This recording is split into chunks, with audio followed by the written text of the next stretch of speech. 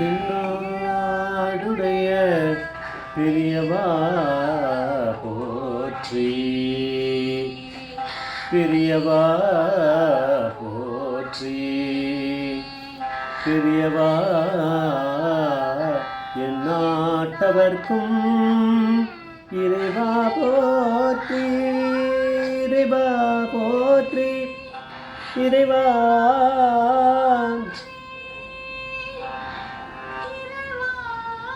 சர்வஜா சர்வவியாபி மா பெரியவா சரணம், மகா பெரியவா சரணம்.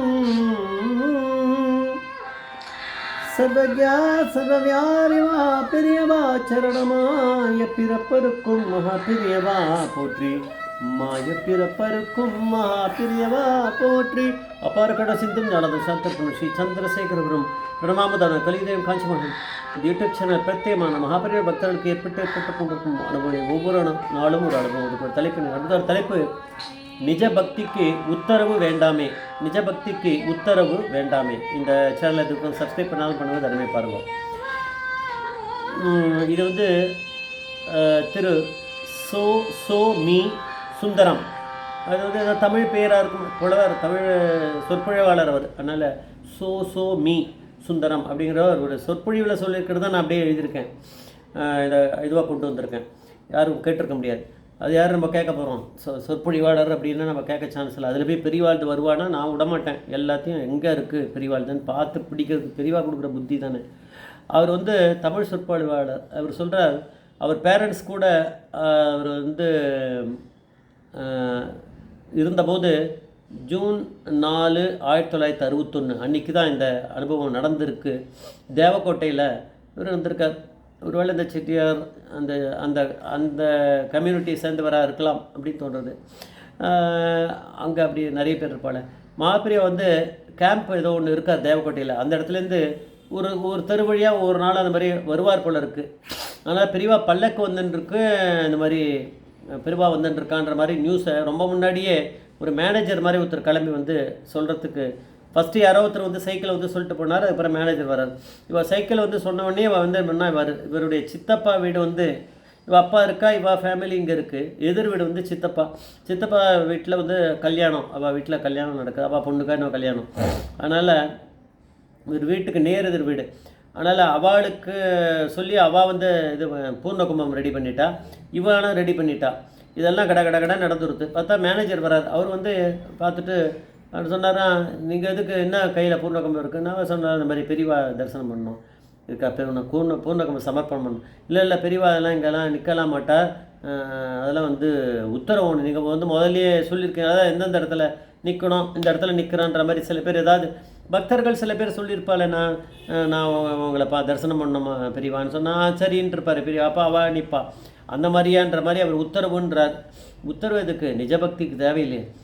அது இப்போ அதனால் மடத்து மேனேஜர் ஸ்ட்ரிக்டாக சொல்லிட்டாரான், உத்தரவு கொடுக்கலையா அப்போ நிற்க, அங்கே வந்து மேனா அதான் இந்த பல்லக்கு இங்கே நிற்காதே அப்படின்ட்டு அவர் போனார். அவர் திரும்பி ஒரு ரவுண்ட் அடிச்சுட்டு அவர் மேனேஜர் திருப்பி பெரியவாக்கிட்டே போயிட்டார், சேர்ந்துட்டார் போல. பெரியவா அங்கே வந்துட்டுருக்கா. வந்திருந்தோடனே சரியாக இங்கே வந்து இந்த சோ மீ சுந்தரம். அப்போ அவர் கொஞ்சம் சின்ன வயசு அவருக்கு, 1961. இப்போ பார்த்தா அவருக்கு வயசு நிறைய இருக்குது. அப்போ ரொம்ப கம்மியாக தானே இருந்திருப்பார். அப்போ வந்து ஃபஸ்ட்டு வந்து அந்த பக்கம் இருக்க அந்த மேனாவோட இதை வந்து ஸ்க்ரீனை திறந்தாராம். அவள் சித்தப்பா அங்கே வந்து ஒரே நாதஸ்வரம் அது எதுவும் போயின்னு இருக்காங்க, மேடை தாளத்தோடு அங்கே எல்லாம் போயின்னு இருக்கு. அவள் கல்யாணம் அதனால ஏதோ. அப்புறம் வந்து அங்கே இருக்க அந்த பூர்ண கும்பத்தை ஏற்றுண்டு அனுகிரகம் பண்ணாராம். அப்போ இவருக்கு வந்து அப்போ மனசுக்குள்ளே இவருக்கு, ஏன்னா அந்த யாராவது ஒருத்தர் இந்த மாதிரி டிஸ்கரேஜ் பண்ணால் அது மனசுக்குள்ளேயே இருக்குமே. அதனால் இவருக்கு சுந்தரத்துக்கு வந்து கொஞ்சம் மனசுக்குள்ளே ஒரு டவுட் இருக்குது. சித்தப்பாக்கு பண்ணியாச்சு, நம்மளுக்கும் பண்ணணும் அப்படின்னு இருக்குது இவருக்கு. ஆனால் என்ன பண்ணுவார், பெரியவா தரப்பாளா அப்படின்னா மேனா நகரத்துக்கு முன்னாடி பெரியவா டக்குன்னு இந்த பக்கம் ஸ்க்ரீனை திறந்தாராம். திறந்தாருந்தால் அந்த சுந்தரம் அவள் அப்பா அம்மா எல்லாம் அங்கே இருந்தால் வந்து அவள் அப்பா வந்து அநேகமாக அவள் அப்பா வந்து அந்த பூர்ணகும்பத்தை பெரியவாக்கு சமர்ப்பணம் பண்ணி அவர் தொட்டிருப்பார். தொட்டி பிரசாதம்லாம் கொடுத்துருப்பாள் இருக்கும். அதெல்லாம் வாங்கிட்டா இப்போ நமஸ்காரம் பண்ணால் அப்புறம் தான் மேனா கிளம்பிருக்கு அப்படின்னார். ஆனால் அந்த சுந்தரம் சொல்கிறார், எங்கள் அம்மா அப்பா நான் 3 பேரும் வந்து பெரியவா வந்து எப்படியாவது தரிசனம் பண்ணோம். அவர்கிட்ட அவர் பார்த்ததே இல்லை, முக்கியமாக இவர் பார்த்ததே இல்லை. இது வந்து பெரியவாளுடைய தரிசனம் போகணுமே அப்படின்னு. இது கும்பகோணம் தேவக்கோட்டையில் நடந்திருக்கு. நான் பண்ணணுமே நினச்சேன். நம்ம இவரே தான் அந்த ஊருக்கு போகும்போது கரெக்டாக அங்கே பெரியவா அங்கே வரான்னா பெரிய அதுவே வந்து ஒரு பெரிய இது இல்லையா? பக்தினால் இவருக்கு இருக்க பக்தினால் பெரியவா இவருக்கு தரிசனம் கொடுத்துருக்காருன்னு தெரிஞ்சுக்கலாம். அதில் போய் யாரோ ஒருத்தர் வந்து நீங்கள் தரிசனம் கொடுக்கணும் அப்படின்னா அவர்கிட்ட பூர்ண கும்பம் கொடுக்கணும்னா உத்தரவு வாங்கணும்னா இவர் சொல்லிட்டாரா, அவர்கிட்ட ஒன்றும் சொல்லிக்க முடியல. அதனால் அவருக்கு பதில் சொல்ல எனக்கு மனசில் நினச்சிருந்தேன், இதுக்கு உத்தரவு பெரியவா பார்க்கலாமே, அவர் வந்தாருன்னா நம்மளே பூர்ண கும்பத்தை கொடுக்கலாம், மேபி நம்ம வந்து பார்க்கலாம், நம்ம பக்தி இருக்குன்னா பெரியவா எடுத்துக்காம போவார், பார்க்கலாம் அப்படின்னு மனசில் நினச்சிட்டே தான் இருந்தார் அந்த டயத்தில். அதுக்கேற்ற மாதிரி பெரியவா வந்து யாரும் எதுவும் சொல்லலை. அப்போ அந்த இடத்துல ஸ்டாப் இல்லை, அலைட் பண்ண முடியாது அப்படின்னு யாராவது ஒருத்தர் மேனேஜரை கூட சொல்லியிருந்திருப்பார் அந்த இடத்துல. அப்போ கூட இப்போ பெரியவா அந்த இடத்துல டக்குனு நிறுத்து அப்படின்னு சொல்லிட்டு அந்த பக்கம் ஸ்க்ரீனை திறக்கிறானா. இப்போ சித்தப்பா வீடு அந்த பக்கம் இருக்குன்னு அவருக்கு எப்படி தெரியும் பெரியவா அப்படின்னா பரமேஸ்வரன் அங்கே முடிச்சாச்சு. அப்போ இந்த பக்கம் அந்த சிவசூமி சுந்தரம் வந்து அவர் கஷ்டப்பட்டுருக்கார் மனசில், பெரியவாளை நம்ம எப்படியாவது பார்க்கணுமே, தரிசனம் பண்ணவே. இந்த மேனேஜர் வேறு அதெல்லாம் உங்களுக்கு தரிசனம் கிடையாது, நீங்கள் வந்து உத்தரவு வாங்கிக்கலையே, ஏற்கனவே சொல்லியிருக்கீங்களா, உத்தரவு வாங்கியிருக்கீங்களா அப்படின்னு கேட்டார். இப்போ கிடைக்காம போகுமானும் போது அவங்க திறந்து இவாளுக்கு அனுகிரகம் பண்ணுறா அப்படின்னா அவர் சொல்கிறார், நிஜமான பக்தி நம்ம வச்சுட்டு இருக்கோம் அப்படின்னா அதுக்கு எதுக்கு உத்தரவு வேணும் அப்படின்னு மனசில் நினச்சிட்டாரான். கேட்கல, அது வந்து அவர்கிட்ட கேட்கல, அந்த மேனேஜர்கிட்ட. நிஜபக்திக்கு உத்தரவு வேண்டாமே அப்படின்றத அவர் ஏதோ வேறு மாதிரி சொன்னார். அதை வந்து நான் இப்போ டைட்டிலாக அதில் போட்டிருக்கேன். ஜெய் ஜெய்சங்கர் ஹரிசங்கர் மகாபிரிய பாதமேஸ்வரன் மகாபிரிய பாதமேஸ்வரன்.